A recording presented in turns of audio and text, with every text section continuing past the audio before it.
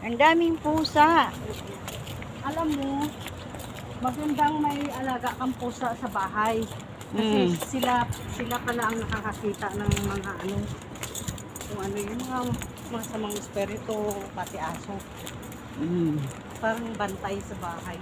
Dito siya sa Muslim, bawal Oo.